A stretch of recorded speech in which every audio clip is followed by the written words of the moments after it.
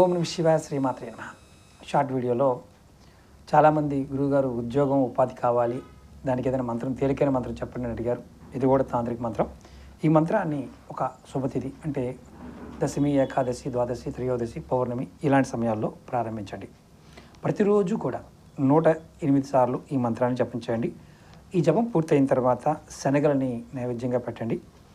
అలాగే ఇది వరుసగా 108 రోజులు చేయాలి. అలాగే ముందుగా ఈ మంత్రం చేయడానికి ముందుగా రాహుకేతువులను పూజించి ఆ తర్వాత బ్రాహ్మణుడికి ఏదైనా ఆధ్యాత్మిక గ్రంథాన్ని దానం ఇవ్వండి. తర్వాత సరస్వతీదేవి ఆలయానికి వెళ్ళి లేదంటే ఇంటి దగ్గరైనా అష్టోత్తర శతనామావళిని జపం చేసుకోండి. ఈ విధంగా మీరు చేస్తే మీకు అన్ని అర్హతలు ఉండి ఉపాధి ఉద్యోగాలు దొరకకపోతే ఖచ్చితంగా మీకు త్వరగా మార్గం సుగమమవుతుంది. మంత్రం వచ్చి ఓం వద వాగ్ధ్విని స్వాహ. ఓం వద వాగ్ధ్విని స్వాహ.